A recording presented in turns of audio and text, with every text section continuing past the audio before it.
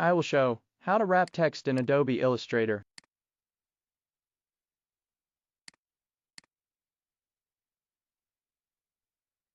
First, select text, go to Object, Text Wrap, select Text Wrap options.